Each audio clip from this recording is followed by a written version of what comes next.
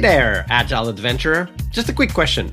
What if, for the price of a fancy coffee or half a pizza, you could unlock over 700 hours of the best Agile content on the planet? That's audio, video, e-courses, books, presentations, all that you can think of.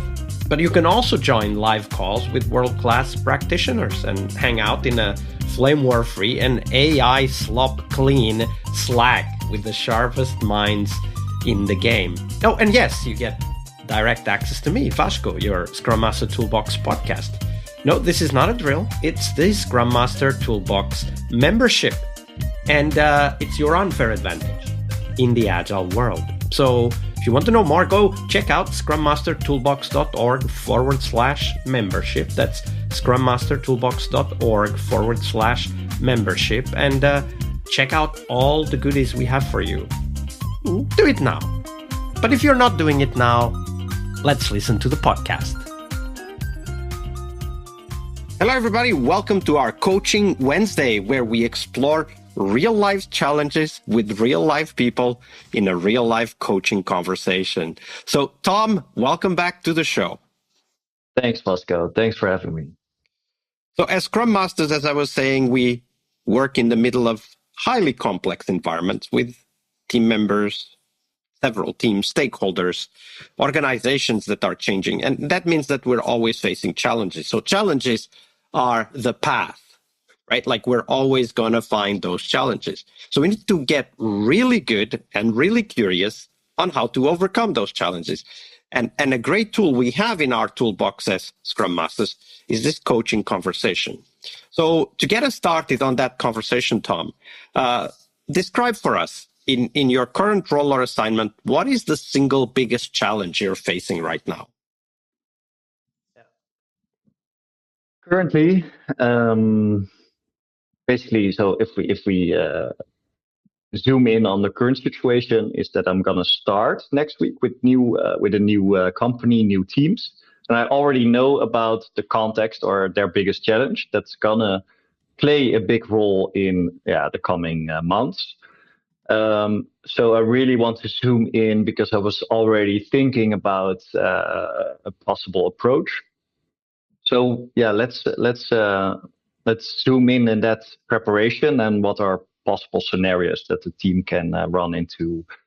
So basically, there are two teams within a company. They work safe, so they work in different kind of arts, and those two teams are gonna transfer to a different art, a different value stream. So what's gonna happen is that there's a lot of uncertainty, a loss, maybe a new physical place in the building, new teams with new dependencies, maybe. Basically, a lot of change. That's the biggest, challenge. And I was already preparing the new challenge and new assignment, and I was thinking about systemic change management because it beautifully describes 5 phases that a team or person goes through when changing, basically.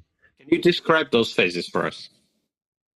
The first phase is a sense of urgency.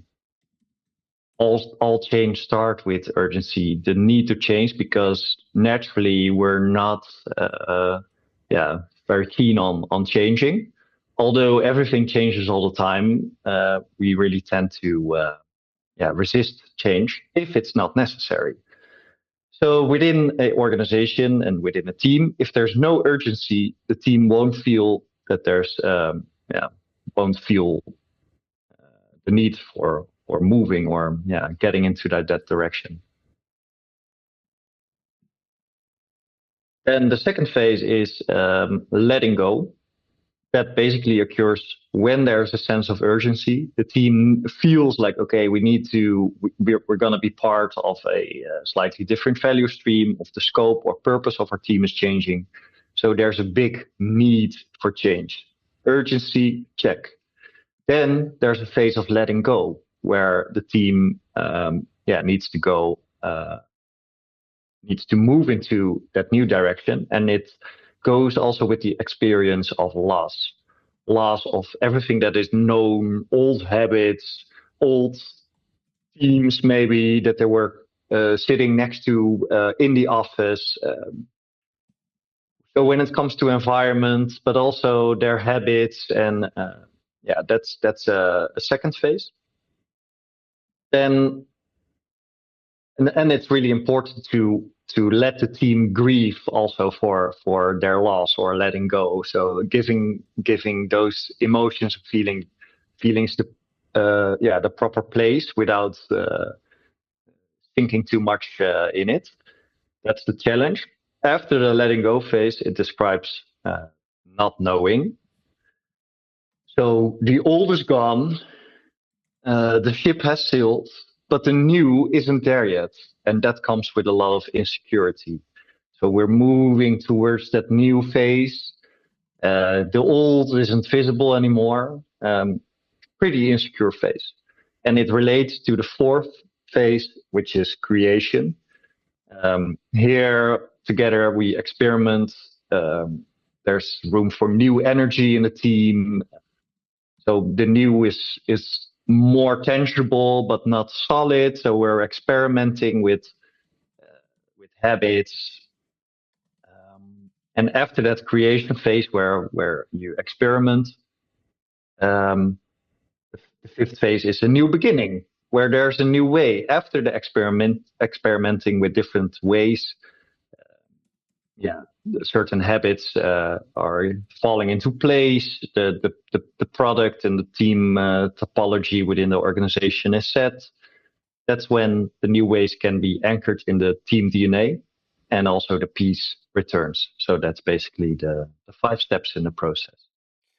For me, this model, and there are other models, but let's take this model, is really important because any team change, so a change in the team, whether it is people leaving, whether it is a new process being adopted, or like in this case, even moving places physically as well as in the organization, it's really important to accept that this will have a personal impact on the different team members. The impact will be different though, because some people will be excited about the new, right? Like the discovering new teammates, having a new desk, maybe a better desk than they had before in a different place, maybe working in a more exciting product or technology, while others will be losing that, right? They were already in the desk they wanted. They were already working with the technology and the product they wanted, and now they need to move. And although that is outside our control, organizations have other control mechanisms than our own individual will. It is part of the process. And I really like the emphasis of this letting go and the grieving, right? So what have you thought about when you come to these new teams? And of course, you're already expecting that some people will be in that stage, right? The need to let go, but not being really able to. What are some of the techniques, the approaches that you already have in mind that would be helpful for these team members to start to let go? Yeah, good question.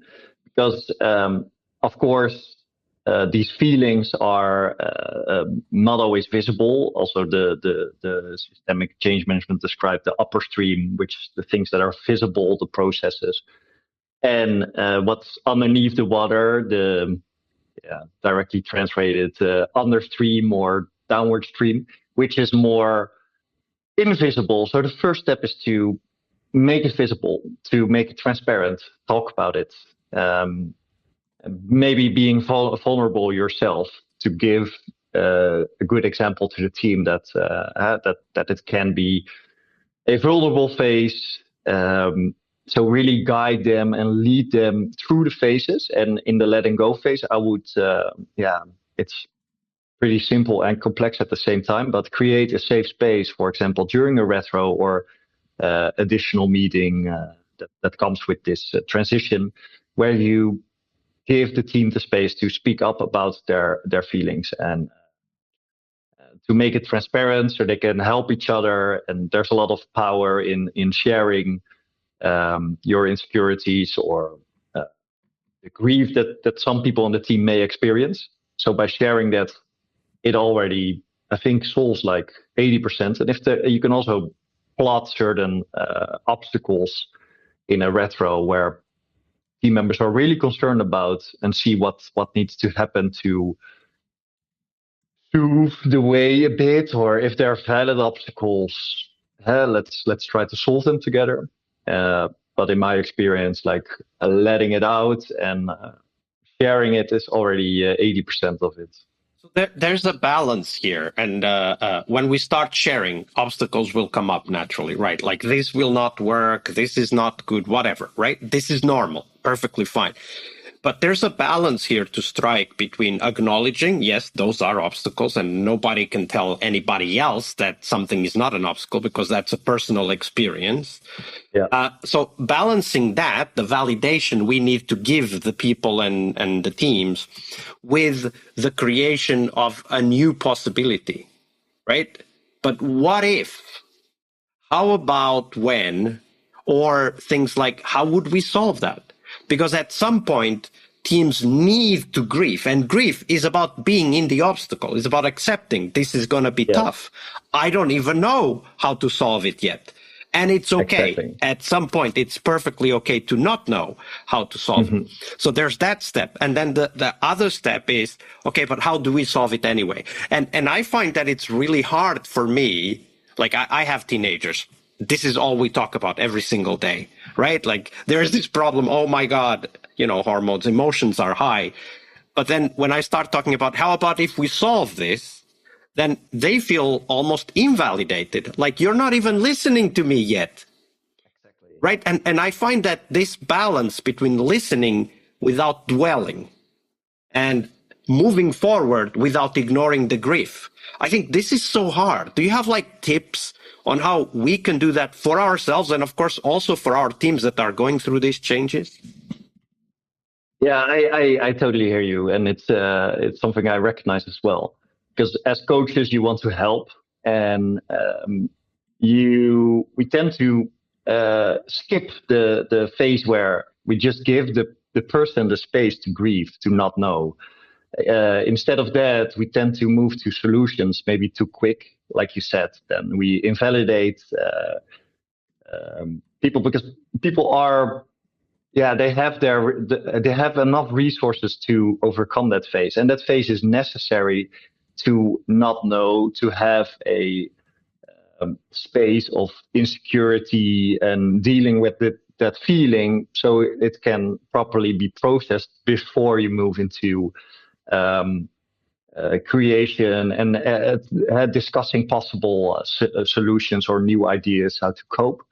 So I think what we can do as coaches is really slow down and try not to move too quickly to solving, and also sitting on your hands when it comes to saving. So it's a bit uncomfortable when team members speak up and share or maybe your teenagers share their problems. But if you sit on your hands, you also give them the opportunity. And it's not about disengaging, stay engaged, but don't act too quickly and give them the opportunity to solve it themselves. And that's how they gain trust, how they learn quickest. So I really like that. Sit on your hands. Although I don't, I'm Portuguese, so my hands are speaking all the time, as Tom can see in the video. So I don't actually recommend physically sitting on your hands. I mean, we can use our hands in different ways, but definitely as a metaphor, I totally agree.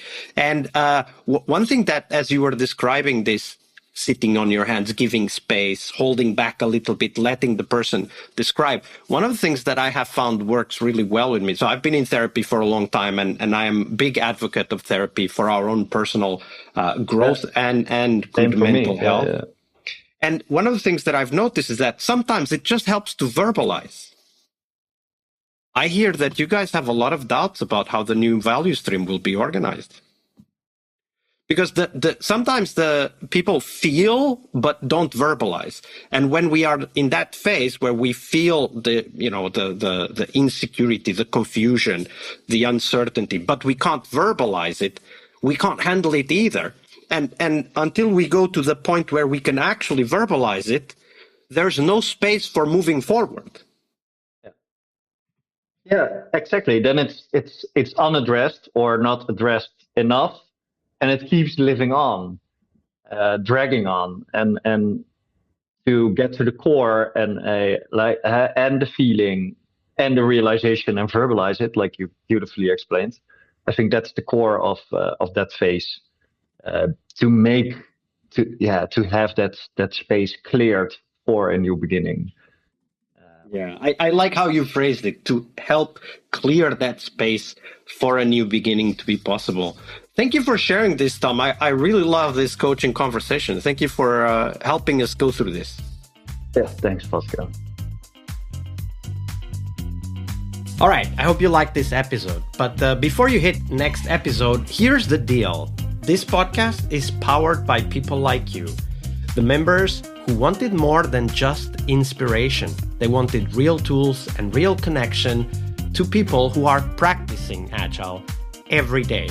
We're talking access to over 700 hours of Agile Gold, CTO level strategy talks, summit keynotes, live workshops, e-courses, deep dive interviews, books, and if you're into no estimates, we got the pioneers of no estimates in those deep dive interviews as well.